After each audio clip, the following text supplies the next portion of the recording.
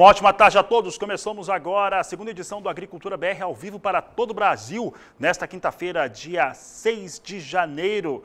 É sempre um prazer estar contigo, você que nos acompanha pelas antenas parabólicas, no sistema digital e analógico, pela NET e Claro TV, pelo portal sba1.com, pelo Facebook do Canal do Boi, todas as páginas que levam o nosso programa, pela Neo TV no Paraguai e no Brasil. Sejam todos bem-vindos, obrigado pela sua audiência. Começo o programa falando a respeito de soja e assim como eu trouxe durante esta semana números da Pátria Agronegócios, da Stonex, com estimativas para a produção de soja menores, tivemos a AG Rural divulgando na manhã desta quinta-feira também números mais baixos comparados a dezembro e também as expectativas iniciais. A AG Rural cortou em 11 milhões e 300 mil toneladas a sua estimativa de produção de soja no Brasil. O grande fator de impacto são os estados do Paraná e Rio Grande do Sul. É o que você vai conferir comigo agora em tela. Nós temos aqui as estimativas no gráfico. Na safra passada, de acordo com a AG Rural, esses números são da AG Rural, 137 milhões e 300 mil toneladas foi a produção.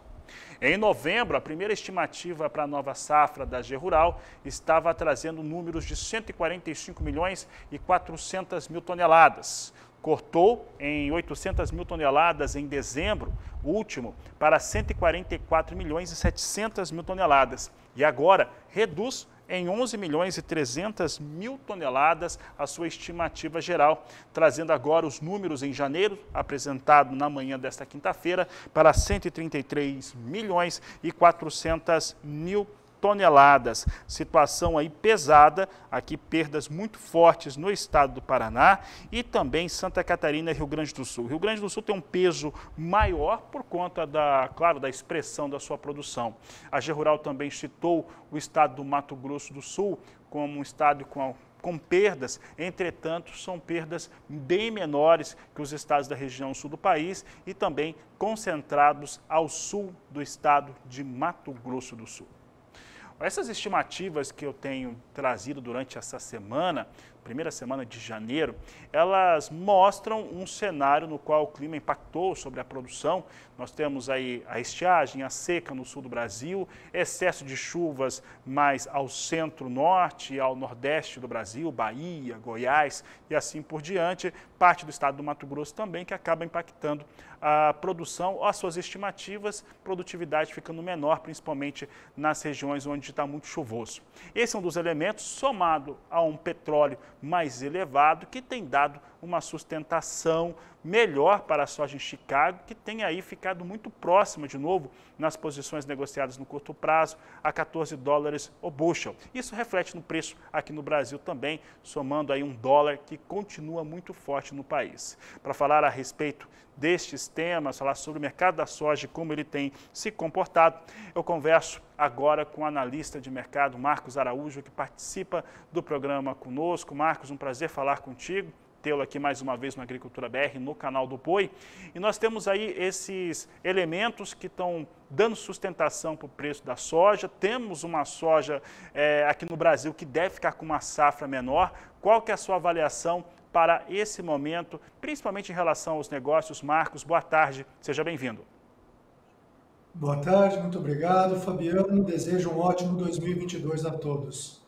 O mercado em Chicago agora ele fica muito apreensivo. Nós tivemos o pregão noturno, Fabiano, soja operando com até cerca de 28 centavos no território negativo.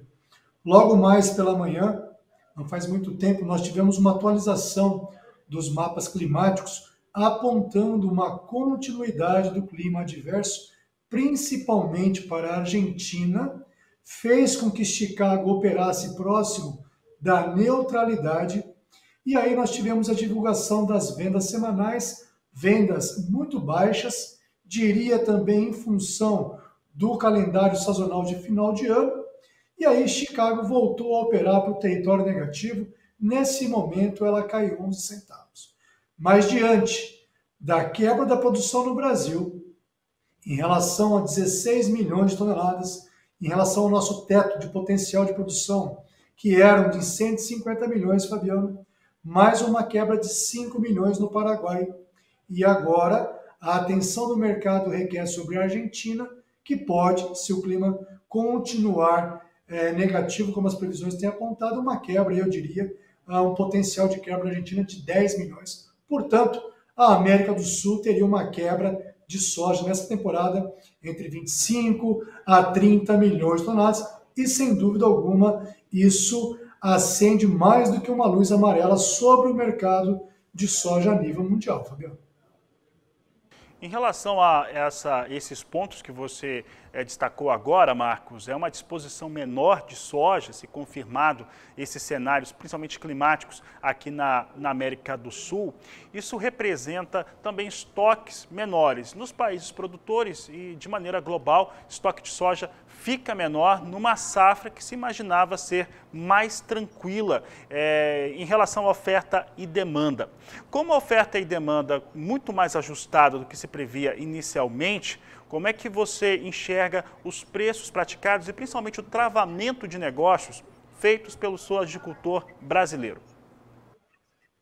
Nesse momento, Fabiano, o sojicultor em geral, com essa adversidade do clima seco para o sul do Brasil, muita chuva para o centro-oeste, principalmente a região do Médio Norte, no Mato Grosso, que estão colhendo em maior ritmo, faz com que o produtor fique ausente, não tomando grandes decisões de vendas no mercado físico.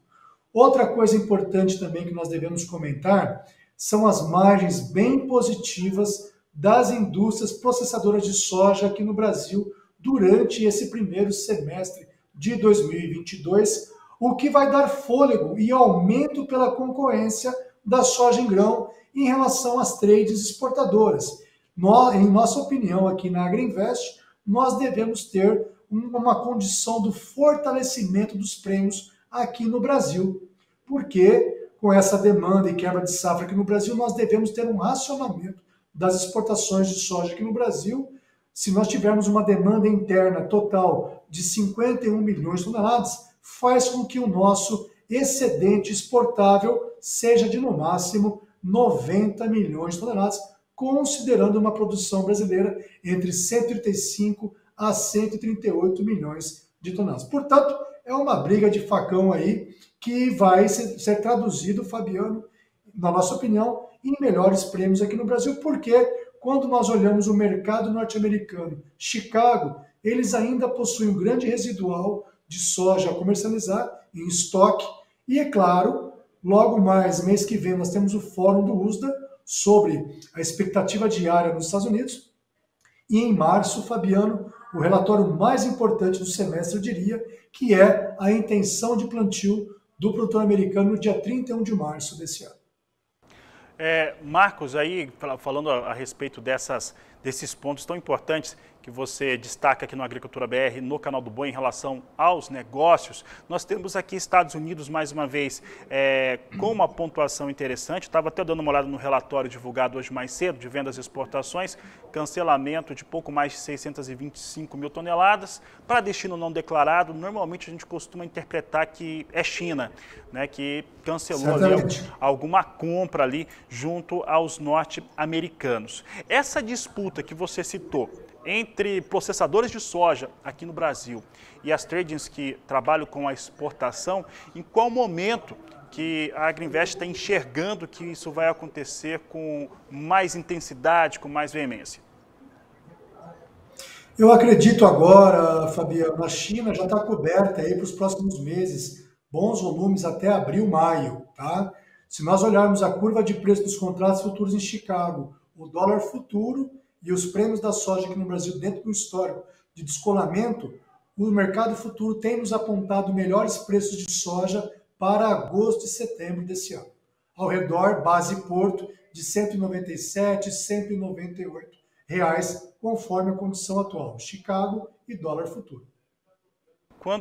Marcos, quando a gente está olhando aqui a comercialização antecipada por parte do sojicultor, nós estamos vendo um ano no qual, por várias questões, ele está vendendo mais lentamente essa soja, ele aguardava números melhores, ele está tentando não repetir o que aconteceu no último ano, quando ele antecipou um pouco mais as suas vendas, os preços acabaram subindo um pouco mais, o que deve ocorrer agora em 2022, muito provavelmente, mais uma vez, e com uma expectativa de dólar forte no Brasil, então não deve ter muita mudança nesse cenário que ele esperava. Essas vendas devem continuar muito lentas até o final dessa safra que tem para negociar. Esse é o ponto, Marcos? Eu creio que sim, Fabiano. O produtor não vai tomar grandes decisões, como você bem nos apontou. É um ano eleitoral no Brasil.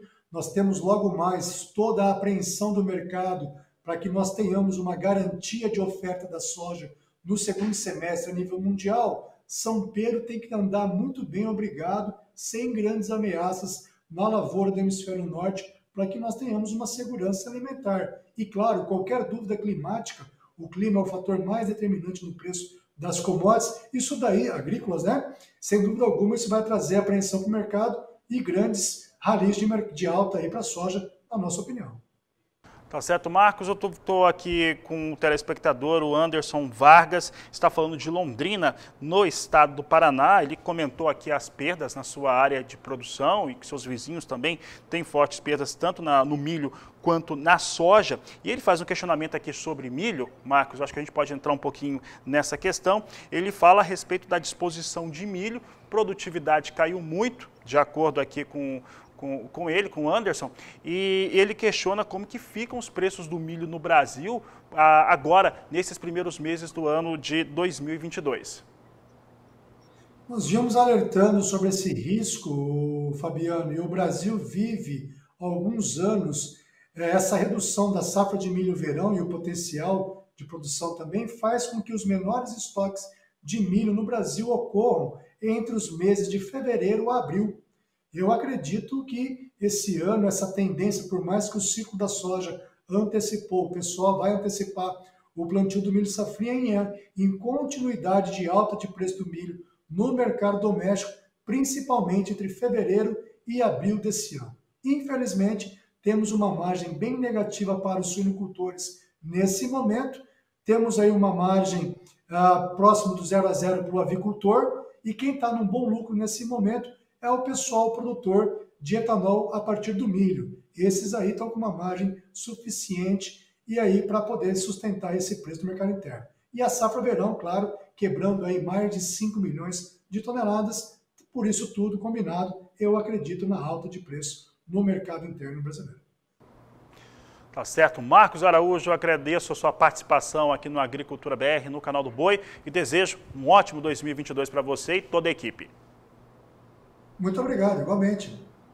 Certo, conversamos aqui com o Marcos Araújo, principalmente o mercado da soja, aqui conversando aqui também um pouco com os nossos telespectadores que questionaram o milho, que vai passando por um cenário também bastante complicado em relação às perdas, em especial no Paraná, né? Nós estamos tendo aqui vários participantes do estado do Paraná nessa semana que vão trazendo os dados e a sua situação aí de lavoura e perguntando principalmente sobre negócios, né? Quando que é o melhor momento para essa negociação.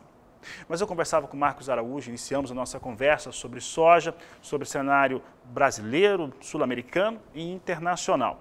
Nesta quinta-feira, como você já ouviu, nós trazíamos aqui o que foi reportado pelo Departamento de Agricultura norte-americano, o seu relatório de vendas e exportações.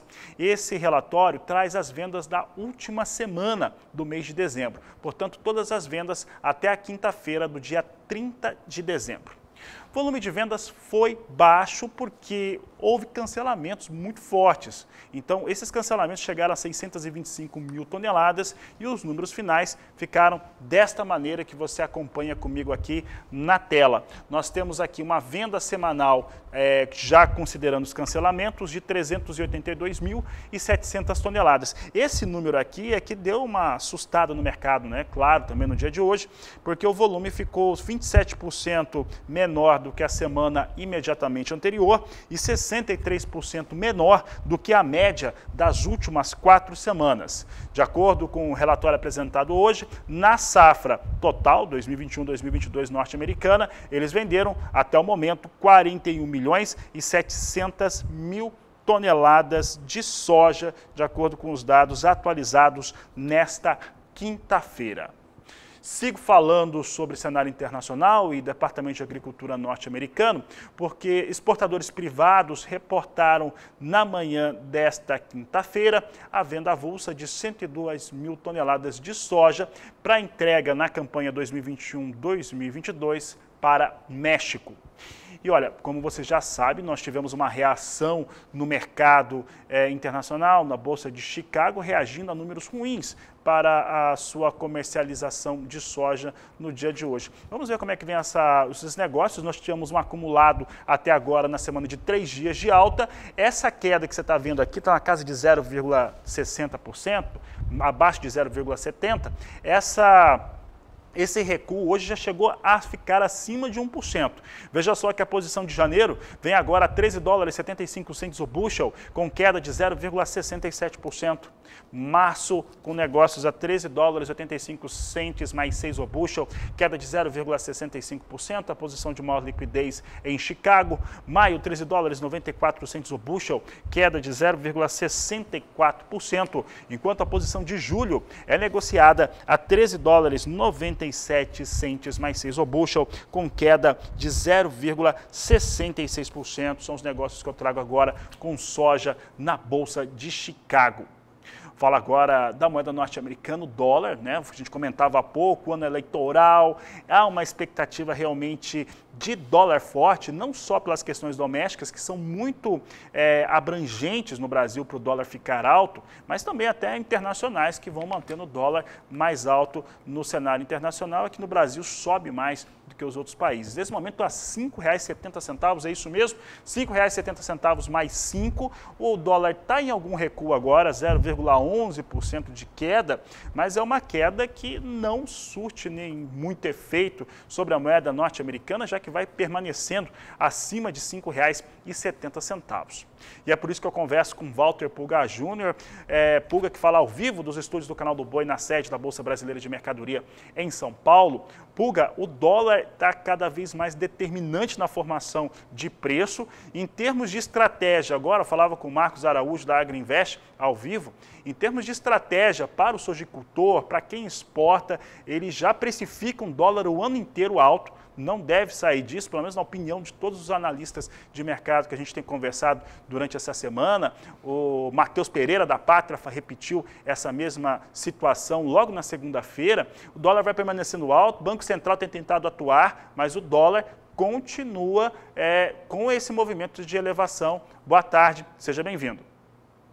Boa tarde a você, boa tarde a todos. Veja, mesmo com a atuação do Banco Central, hoje o Banco Central foi ao mercado, ofertou aí mais de 15 mil contratos de swap cambial. Resumindo, renovou, levou contratos de março para novembro, fez as negociações, milhões de dólares no mercado, o dólar não cede. Neste momento, cede 0,19% nos últimos negócios, mudam rapidamente, mas ainda na faixa de R$ 5,70.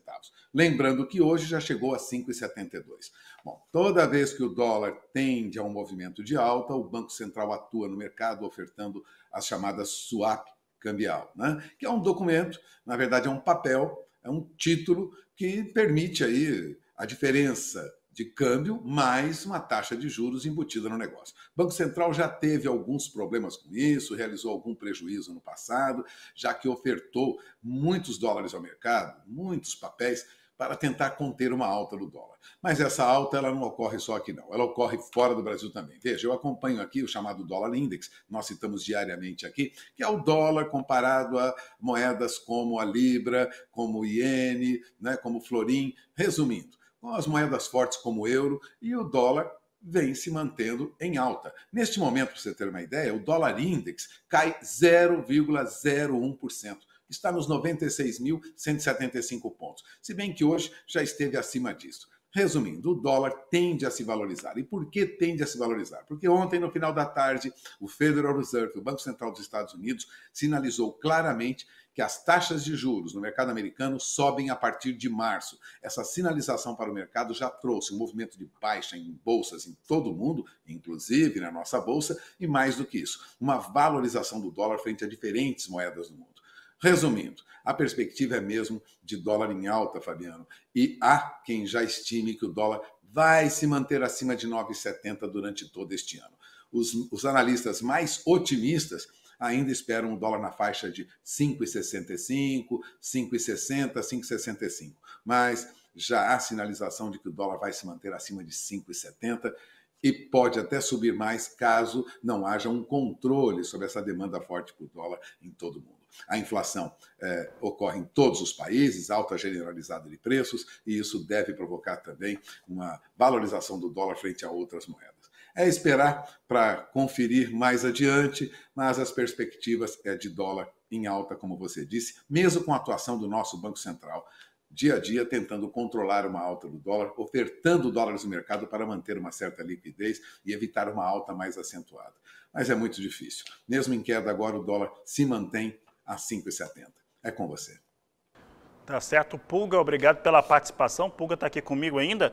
A Fernanda Salles não colocou aqui de qual estado que ela está falando. Ela está dizendo que se não fosse essa atuação, o dólar já teria explodido. Pulga, é o comentário aqui da telespectadora que está acompanhando aqui, nos acompanhando ao vivo. Obrigado pela sua participação. Bom, e essa questão do dólar, como a gente tem destacado aqui, ela realmente traz ali um peso muito relevante, cada vez mais relevante para os produtos exportados. Você vai acompanhar comigo agora como é que estão os negócios de referência para a soja nos portos brasileiros de Paranaguá e Santos. Nós tínhamos nesta última quarta-feira um valor de R$ 181 a saca. Nesse momento, nós temos aqui, está ressentindo um pouco os negócios em Santos e Paranaguá, pelo menos na referência, ressentindo um pouco Chicago, que caiu um pouquinho. Cai bastante agora, R$ 178,20 a saca em Santos, Paranaguá, R$ 179 a saca de 60 quilos, de acordo com os números apresentados pela Grãos Corretora aqui para o Agricultura BR. Lembrando que a entrega é em janeiro e também que nós tínhamos valores de R$ 181 a saca nesta última quarta-feira, portanto, cedeu, ressentiu um pouco aí o que acontece lá em Chicago, mas Chicago voltou a reduzir aí a perda do dia de hoje. E a seguir, o Agricultura BR vai para o intervalo comercial agora e nós vamos trazer para você informações do estado do Rio Grande do Sul, os levantamentos que foram feitos nas áreas de produção, em especial para milho de sequeiro, milho irrigado e soja. Foram informações que eu já trouxe durante essa semana, mas nós vamos conversar com o presidente da Federação das Cooperativas Agropecuárias do estado do Rio Grande do Sul. Vamos falar um pouco a respeito do que vem ocorrendo por lá, como que as cooperativas estão se organizando e principalmente os produtores. Eu vou para o intervalo comercial e volto em instantes. Trago o destaque agora da previsão do tempo para todo o Brasil. O que nós temos neste momento é o avanço de uma frente fria que começa a trazer chuvas mais fortes, especialmente na região sudeste do Brasil. Quem fala sobre esse assunto aqui no Agricultura BR é Renata Ferreira. Boa tarde, Renata. Boa tarde, Fabiano. Boa tarde a todos. Uma frente fria avançou pela costa da região sul para a região sudeste e tem provocado chuva nessas regiões nesta semana. No sul, Fabiano, ela atingiu o litoral do Rio Grande do Sul e provocou pancadas isoladas. Deu uma aliviada aí no calorão, os ventos ganharam força ao longo do dia, as rajadas variaram entre 50 e 70 km por hora, mas apesar da volta da chuva, hoje o tempo segue firme novamente no estado gaúcho. E quando se fala em umidade do solo, Fabiano, a situação ainda continua crítica no Rio Grande do Sul, né? Resultado da pouco, até mesmo a falta de chuva dos últimos meses. No estado, cerca de 123 municípios já decretaram situação de emergência por conta aí da estiagem. Agora, por outro lado, hoje a frente fria avança pela costa aí do sudeste, um novo corredor de umidade volta a se formar entre a região, atingindo também áreas do centro-oeste, também do norte do país e, claro, provocando chuva forte e persistente nessas três regiões nos próximos dias. Em cidades de Minas Gerais, os volumes acumulados podem chegar aos 100 milímetros até domingo, aí, dia 9 de janeiro. A chuva deve persistir nos próximos dias também em áreas do Nordeste, com volumes variando entre 50 e 100 milímetros. No início desta semana, o nível do rio Tocantins já estava quase 12 metros acima do seu leito normal, sobre municípios aí do Pará, Maranhão e também Tocantins. Apesar dos temporais no oeste da região nordestina, ao longo desta quinta-feira o sol aparece entre poucas nuvens em áreas mais ao leste, principalmente no litoral e boa parte do estado da Bahia. E a possibilidade de chuva é baixa. No centro-oeste, a chuva volta a cair de forma mais persistente ainda em Mato Grosso, o estado de Goiás, com tempestades e trovoadas. Em Mato Grosso do Sul também ganha um reforço aí da chuva e pode ter temporais ao longo dos próximos dias. Na região norte, Fabiano, que já vem tendo grandes volumes de chuva, especialmente entre Tocantins e o estado do Pará, deve continuar com chuva persistente também nos próximos dias, o que também vai auxiliar mais na continuidade da elevação dos rios. Fabiano, é com você aí.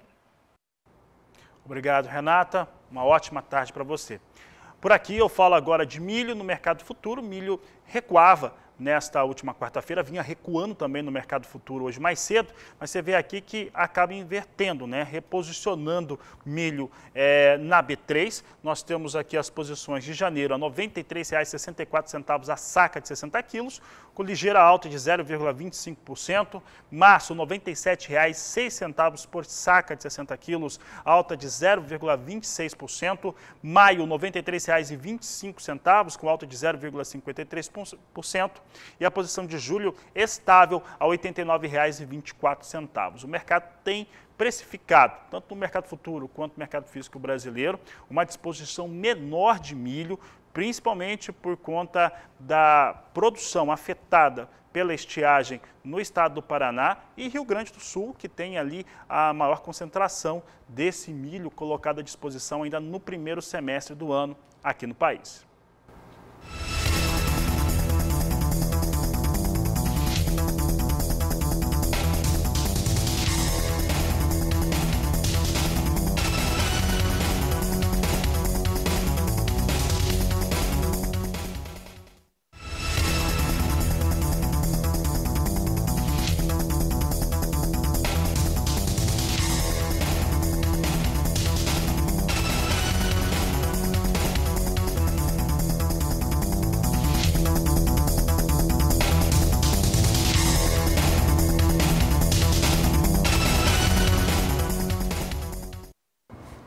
Você acompanha comigo agora os negócios no mercado futuro de milho em Chicago. Nós temos aqui queda para milho, posição de março agora recuando 0,46%, $5,99 mais 4 bushel. Maio vem cravado em $6 o bushel, também com queda de 0,46%. O mesmo registro de queda na posição de julho, negociada $5,97 mais 4 por bushel. E setembro, com $5,64 mais 6 o bushel e queda de 0,48%. Bom, a seguir no Agricultura BR, a gente volta a falar a respeito dos efeitos da estiagem, em especial no Rio Grande do Sul. Nós vamos saber como é que cooperativas, produtores rurais estão observando, né, e principalmente absorvendo as perdas causadas pela falta de chuvas no estado depois do intervalo comercial. Bom, e há pelo menos 20 dias, parte do estado de Goiás vem sofrendo com fortes chuvas, alagamentos, que têm atingido áreas urbana e também rural. Neste momento, as instituições têm cuidado para tentar atender as populações que vão sendo mais castigadas por essas inundações. As informações você vê agora na reportagem de Ana Paula Bellini. Já sobe para 15 o número de cidades que decretaram situação de calamidade por conta das chuvas. A zona rural foi a mais afetada pelas enchentes. Na cidade de Flores de Goiás, o prejuízo na área agrícola já chega a R$10 milhões, segundo a prefeitura. A região é formada principalmente por comunidades quilombolas e assentamentos que produzem feijão de corda, milho e mandioca. E além da produção de alimentos, muitos animais morreram levados pelas enchentes. O governo do estado já distribuiu 3.400 cestas básicas às famílias atingidas, mas com as estradas e pontes destruídas, a ajuda só tem chegado até as áreas mais atingidas, principalmente por helicópteros e barcos. A situação aqui continua assim, mais estável, né? Claro que os danos ainda com o tempo devem ser reparados aí. As chuvas, temos poucos momentos aqui de tréguas de chuva, mas a previsão é que as chuvas continuem, né, uma probabilidade muito grande de chuvas. Mas o Corpo de Bombeiros Militar continua aqui nessa operação, com cerca de 30 militares, várias viaturas, e também temos aqui a aeronave, né, o helicóptero Bombeiro 01. Estamos aqui prontos a atender a população e ajudar, auxiliar essas famílias aí também que às vezes estão isoladas e necessitam de mantimento e também de água, né? Já distribuímos foram distribuídas aqui nessa região cerca de 2.370 cestas básicas, 360 cobertores e também 70 caixas de água potável, né?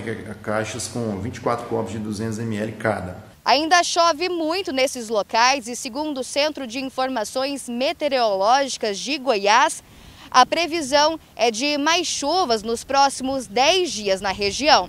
De Goiânia, Ana Paula Bellini. Esse é o cenário de Goiás. Daqui a pouco nós vamos falar a respeito do Rio Grande do Sul, que tem um cenário completamente diverso, né? Sofreu um cenário diverso de estiagem, falta de chuvas e perdas, né? Em ambos os casos, nós temos ali um resultado bastante ruim para a produção, no caso ali do estado de Goiás, afetando demais a população também. Mudo de assunto agora para falar de mercado de café e eu começo falando a respeito de café arábica, negócios na plataforma Ice Filters na Bolsa de Nova York, vindo hoje com queda, devolvendo um pouco da alta que tivemos no acumulado da semana. Nós temos aqui a posição de março negociada a $2,29 mais 35 a libra peso, com queda de 1,03%. Maio, com negócios a $2,29 mais 40 a libra peso, queda de 1,03%.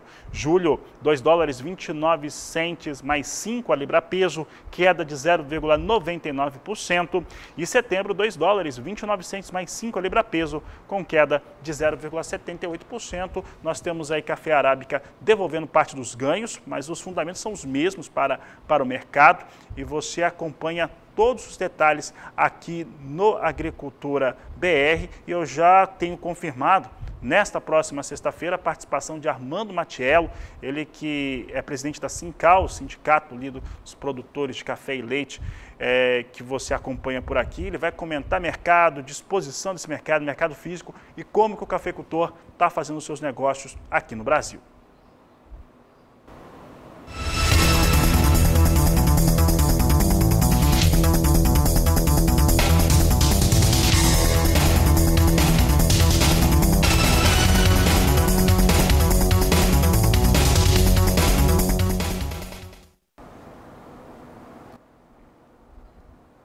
Por aqui destacamos agora o café Robusta, negociado na Bolsa de Londres, plataforma Life. Você tem comigo aqui os negócios neste momento para a posição de janeiro, as posições de curto prazo vindo com queda nesta quinta-feira. Posição de janeiro a $2.426 a tonelada, queda de 0,61%.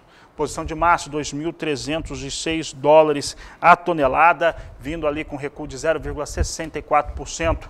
Maio, negócios a $2.255, queda de 0,66%. E julho, $2.242 a tonelada, queda de 0,62%.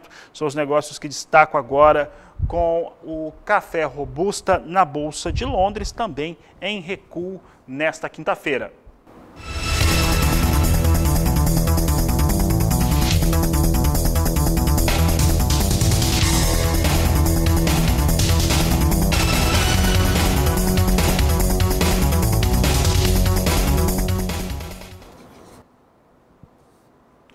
Olha, eu destacava durante esta semana números do Rio Grande do Sul que foram divulgados pela Federação das Cooperativas Agropecuárias do Estado e trazem números que realmente deixam o produtor muito preocupado. Ali perdas para o milho de sequeiro chegando a 59%, recuo também em relação ao milho irrigado no Rio Grande do Sul, perdas na soja de 24%.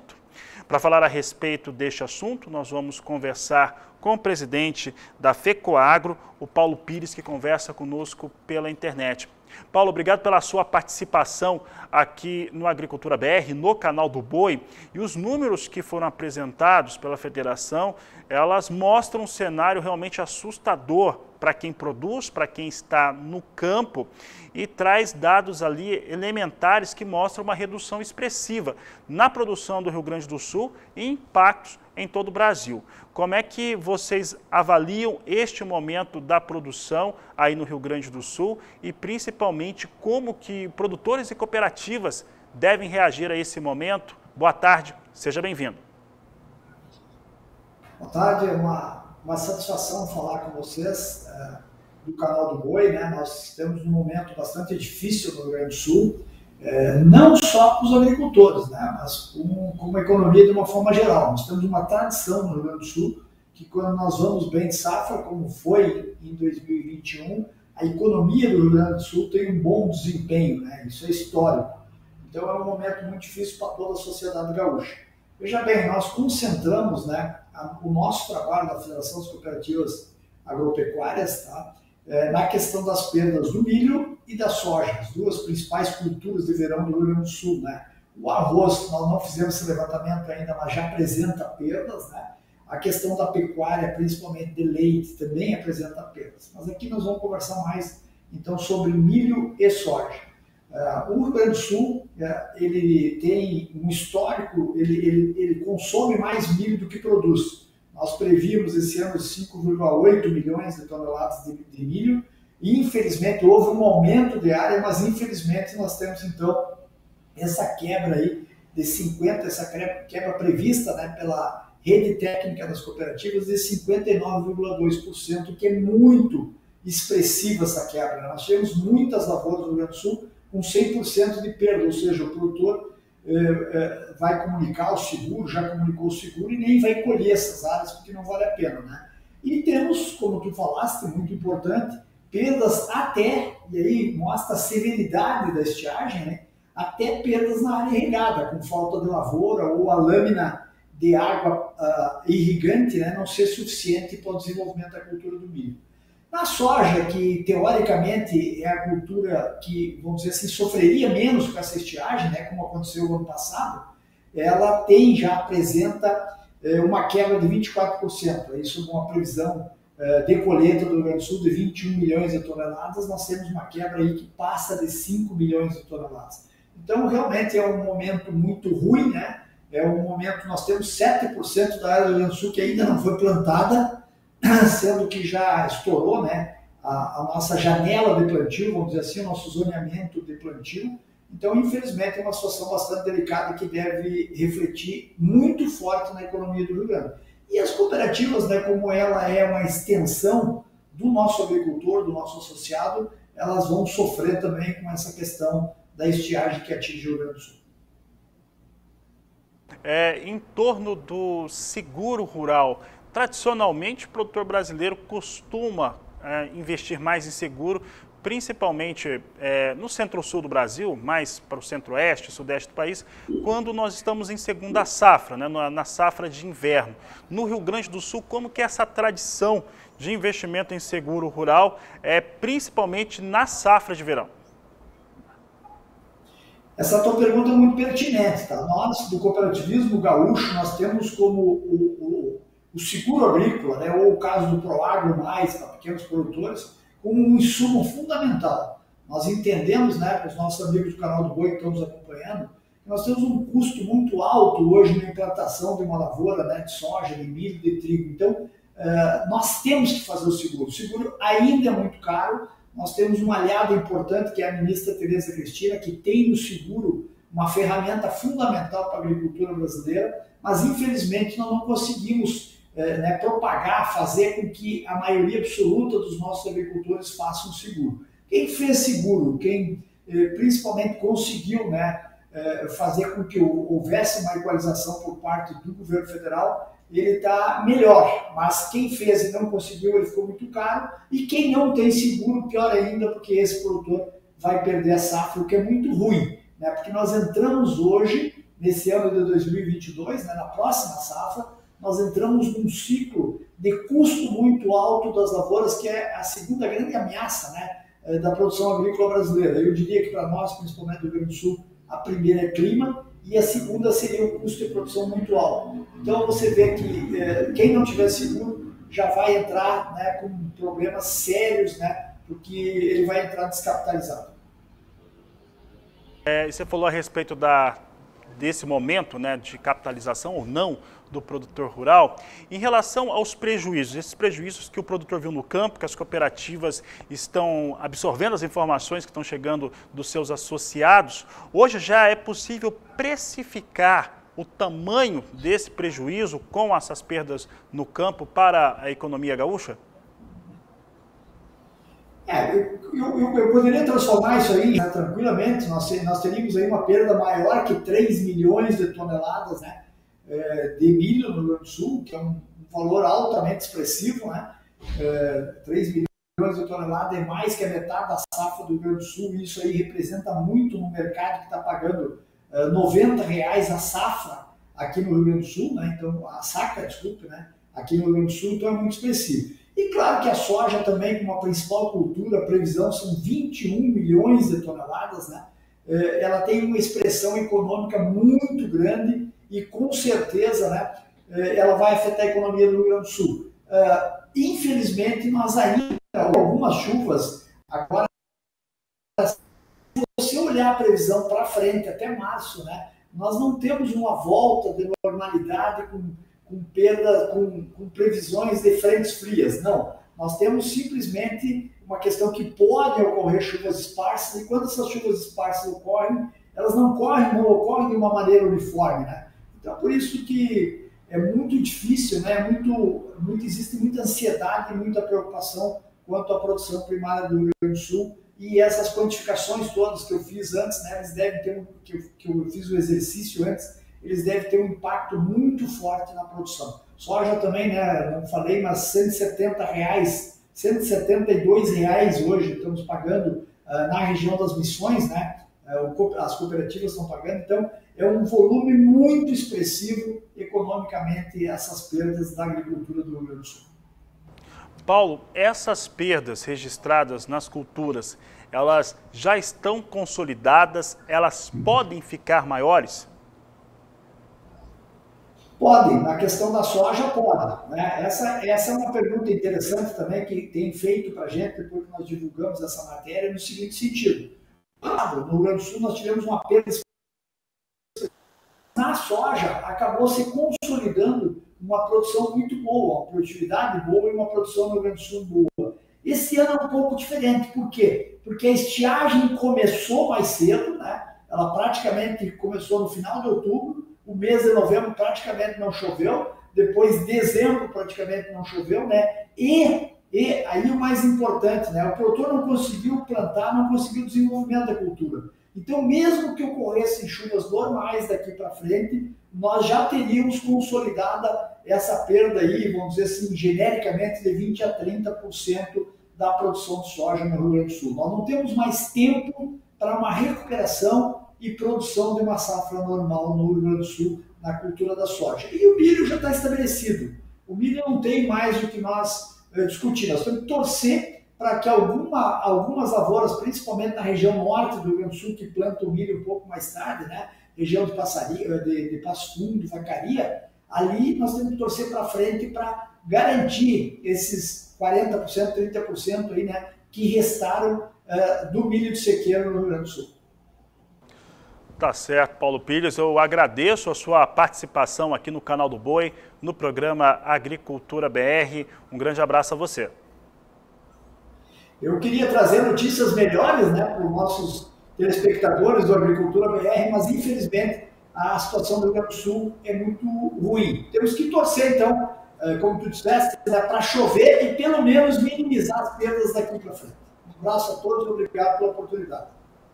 Um grande abraço, e nós também gostaríamos de trazer um cenário melhor aí para o estado do Rio Grande do Sul, para o sul do Brasil de uma maneira geral, mas essa é a realidade e o produtor precisa lidar com esses prejuízos que ele está tendo no campo. Produtores aí no estado do Rio Grande do Sul, Santa Catarina, Paraná, sul de Mato Grosso do Sul, que sofrem com a estiagem, né? Estão tendo perdas. Os registros de produtividade não param de recuar e, com isso, a produção também. A Agricultura BR vai para o intervalo comercial. Daqui a pouco nós vamos continuar falando desse assunto, porque nós vamos trazer destaques em relação ao levantamento do DERAL, os números do DERAL em relação ao estado do Paraná. Vamos falar ao vivo a respeito deste assunto daqui a pouco no Agricultura BR.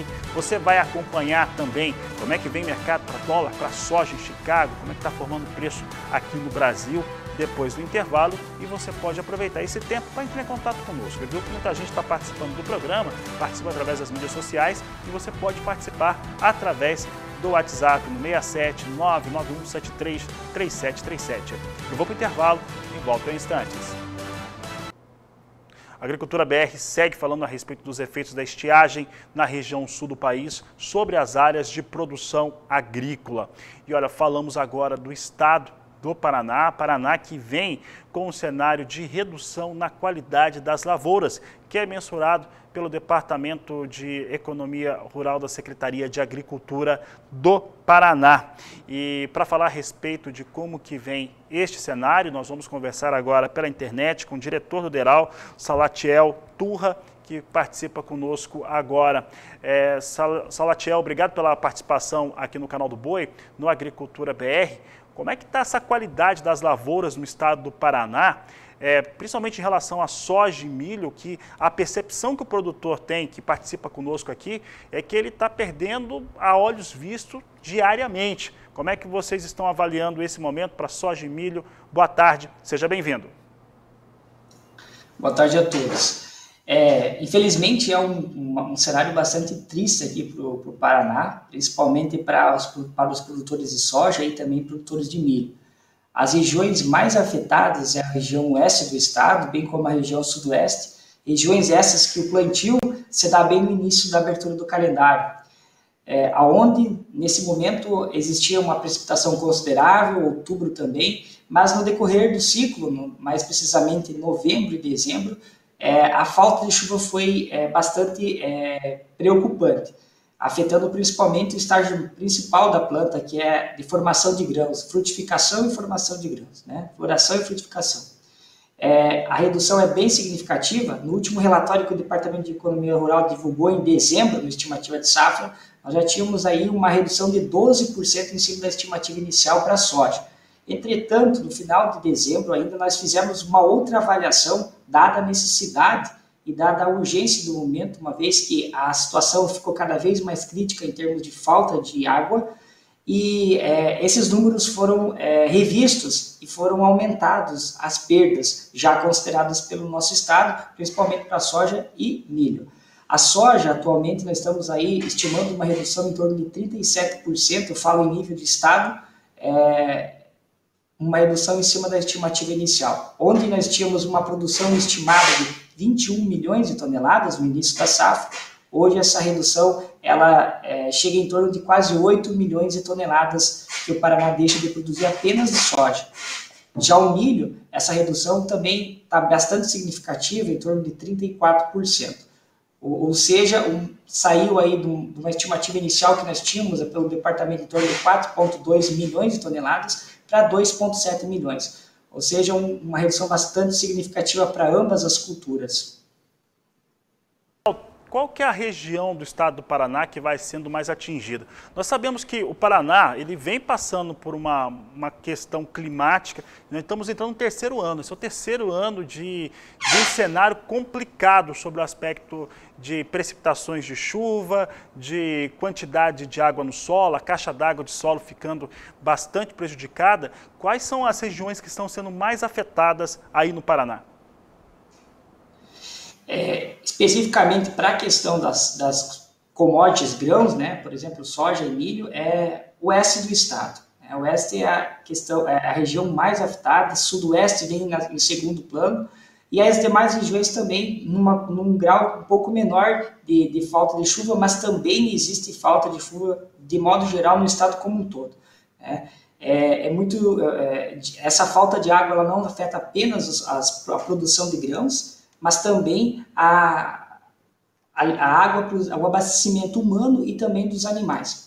É importante destacar também que qualquer redução de produção, seja ela do milho, seja ela da soja, vai refletir diretamente na falta de alimentos para a produção de proteína animal, uma vez que nós somos um estado que produz muita proteína animal. Além também de que exportamos aí muita soja para outros países, como por exemplo o Chile e Estados Unidos. Então, qualquer redução dessas culturas aí vai afetar diretamente na balança comercial do nosso estado e também no desenvolvimento aí dos municípios do estado como um todo.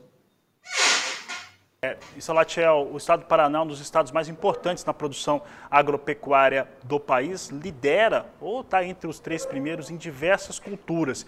Então, eu não posso falar apenas de soja e milho, e aí os produtores do Paraná que estão se posicionando em relação a alguns fatores, nós temos aí prejuízo para diversas culturas no estado do Paraná. Daquelas que estão em campo, como feijão, por exemplo, que está sendo produzido, batata, entre outros, quais são as outras culturas que também acabam por ter ali uma produtividade reduzida com mais força aí no Paraná, Salatiel? Cabe destacar também, como você mesmo comentaste, que a batata é uma das culturas afetadas, o fumo, a silagem, uma vez que nós precisamos muito também da produção do milho para a construção de silagens, produzimos muito leite, somos o segundo maior produtor nacional de leite. Então, a região sudoeste do estado está muito afetada e é onde que se concentra a bacia leiteira do nosso estado. Além disso, feijão, nós tivemos uma redução em torno de 39% da estimativa inicial, onde nós tínhamos uma produção estimada em torno de 275 mil toneladas. Não é tão significativa em relação a soja ou o milho, por exemplo, nesse momento no estado. Mas ela é uma cultura muito significativa quando comparado com outros estados, pois nós somos o maior produtor de feijão também. Além disso, nós temos uma dificuldade hídrica que traz uma umidade e também um uso adequado para o desenvolvimento das hortaliças, das flores, enfim, de outras cadeias e outras atividades que precisam hoje de uma condição hídrica melhor para se desenvolver.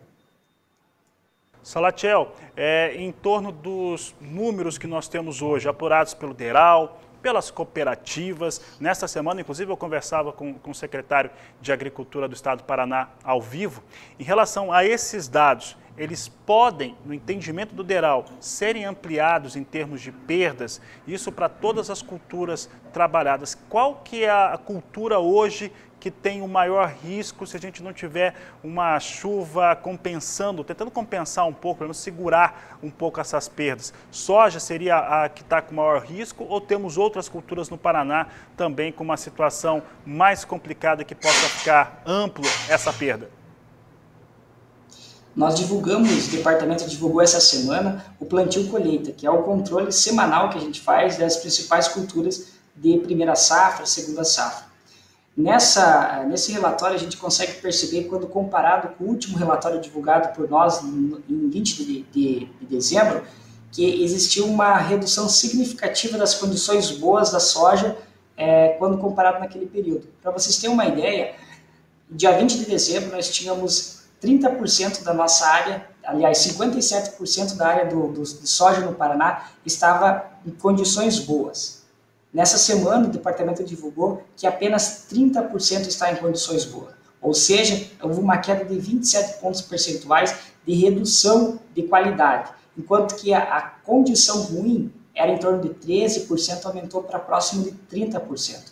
Então, isso demonstra que a evolução está sendo cada vez mais constante do prejuízo que o Estado vem que venha ocorrendo no Estado. Então, esses números, né, já consolidados, de modo geral, por esse departamento, a tendência é de que possa aumentar caso não ocorra de forma precisa a umidade no solo. Apesar de que em algumas regiões é reversível, mesmo que chova nesse momento, qualquer precipitação não vai ser suficiente para recuperar, para reverter a situação do quadro devido ao quadro que é avançado, né, que a cultura já está do seu ciclo.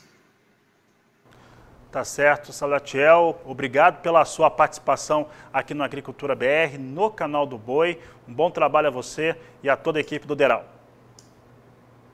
Que agradeço, estou sempre à disposição. Obrigado. Conversamos aí com o diretor do DERAL, do Departamento de Economia Rural da Secretaria de Agricultura do Estado do Paraná. E são termos importantes porque ela mensura ali cenários relacionados às perdas com essa estiagem. Tem as perdas para soja, para milho, que são as grandes commodities brasileiras. Temos essa perda, essa queda para o feijão, que somada à queda de feijão lá em Minas Gerais, como nós trazemos nesta semana, traz um cenário extremamente preocupante para o Brasil, porque é um produto de abastecimento básico no país para a sua população. Nesta próxima sexta-feira, o Agricultura BR segunda edição vai conversar com o Rogério Rizardi, ele que é do Show Rural Copavel, vai falar sobre a feira e falar também sobre a condição ali dos produtores no qual a Copavel atende. Por aqui eu falo agora a respeito das fortes dificuldades que os produtores no estado do Mato Grosso estão tendo para planejar a campanha 2022-2023 quanto à aquisição de fertilizantes. A reportagem é de Valdir Pacheco.